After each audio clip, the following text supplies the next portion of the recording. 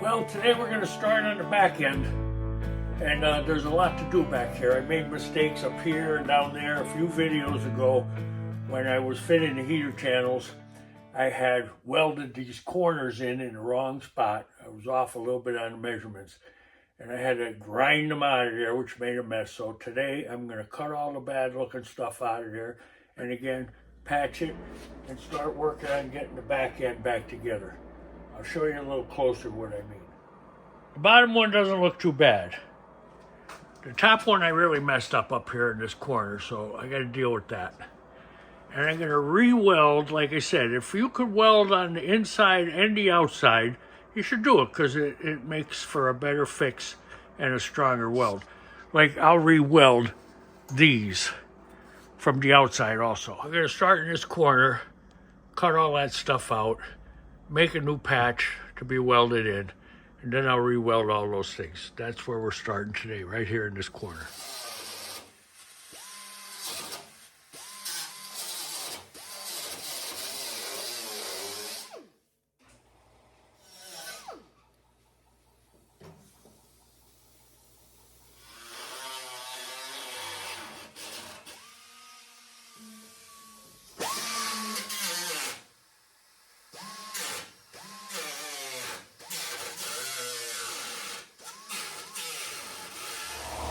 Okay, now I gotta make a pattern for here.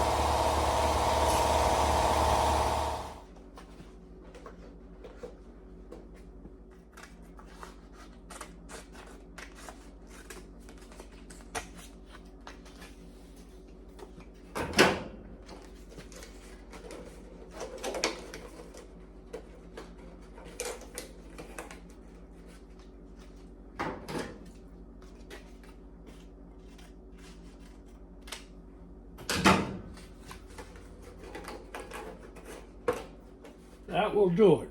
So we'll make that patch out of metal, and we'll get that welded in. Well, we're going to put this new tool to the test. It's a nibbler. I'm going to nibble a piece out of here that is workable for me on the bench.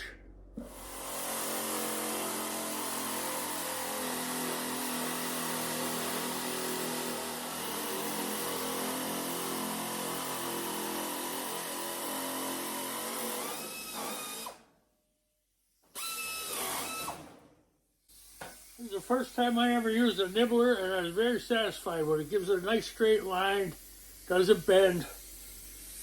I'm glad I got this tool. It wasn't very expensive, I don't remember what, but it's worth its weight in gold. Okay, we're going to trace this pattern out. Okay, now we'll cut that out. I think we're going to use the nibbler.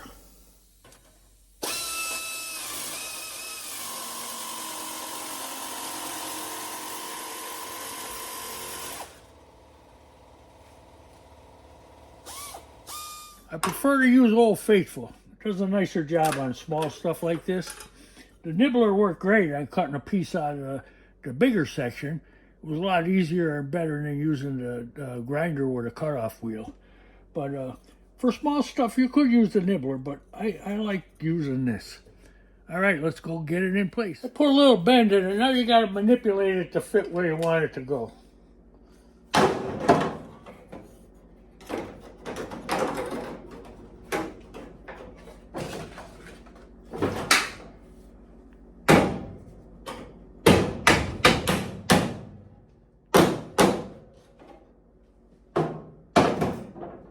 Okay, that's looking pretty good. I'm going to tack it here, and I'm going to tack it up in there. Then I'm going to start working it into where it belongs.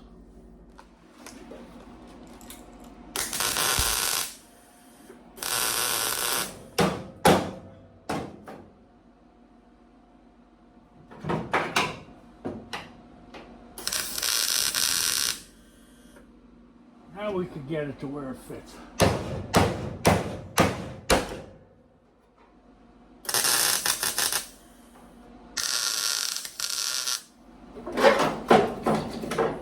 Trimming.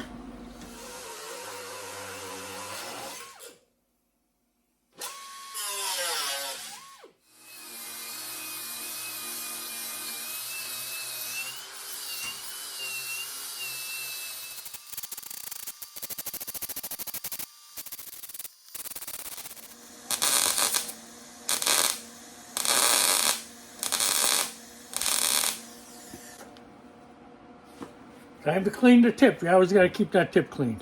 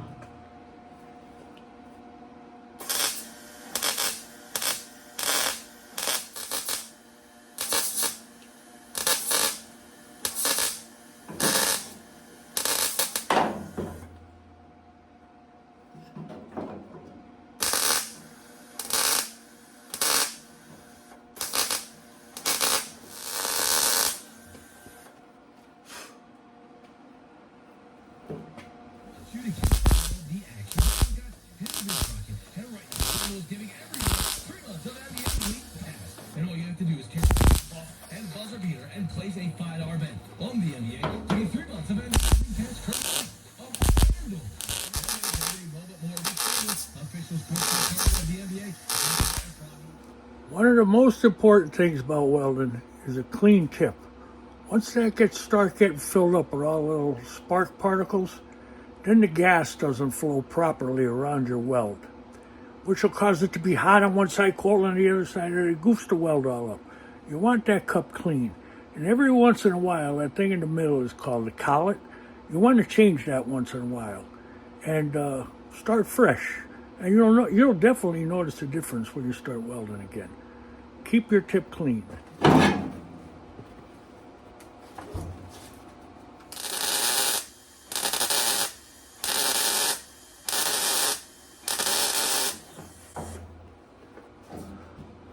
What I'm doing now is welding over the welds that I did from the inside. Like I said, if you could weld it on one side, and if you could get to the other side and weld it, you're better off, because then you could grind it a little nicer on the outside, and it's a lot stronger weld, and you're filling pinholes as you're doing it.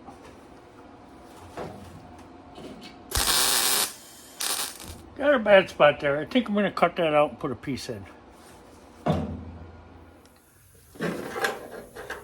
Okay, I cut out a little piece, and I marked it there with the marker, and I put it in there.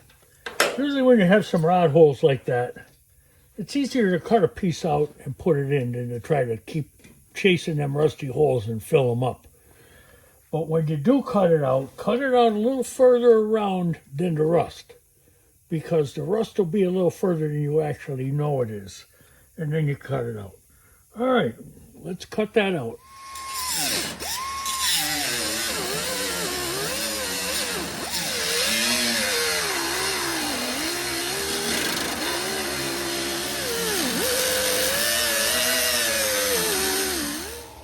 Okay, let's see if we can pull that out of there. I'll get a screwdriver.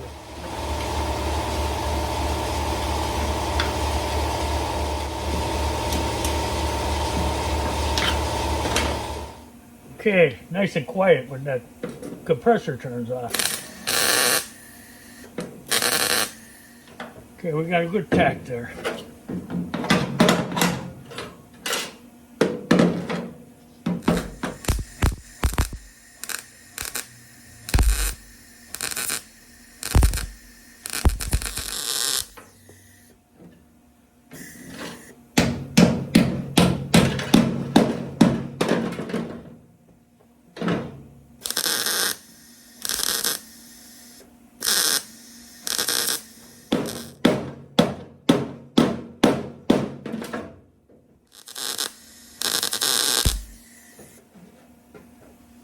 Well, see, that would be a lot easier to take the grinder and clean up. And it did a good job. You see, I got to touch up a spot here.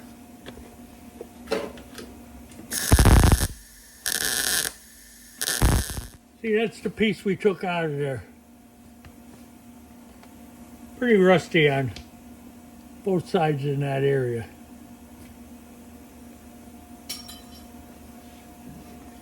Well, I think this wheel well in here is in good shape. I think all we got to do is take the grinder and clean it up a little bit. Then it'll be ready for the next step. And I'll move down a little lower. All right, hang in there. We're going to clean this up a little bit. I'll show you how that works out. Okay, we'll clean that area up a little, show you what it's like.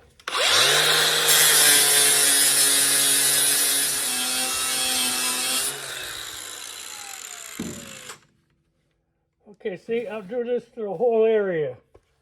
I'll do that to the whole area. I don't want to clean all the weld off. I want to leave a little bit of welds on for strength. Under here, it doesn't matter. It's going to be undercoated and you're not going to see it. So it's best to leave a little bit of weld here so it'll give it a little more strength.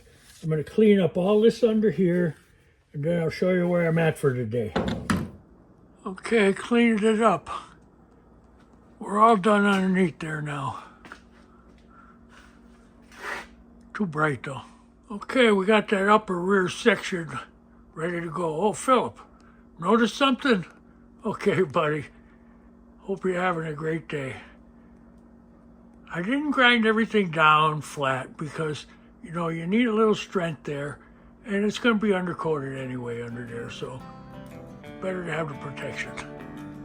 All right, that's it for today.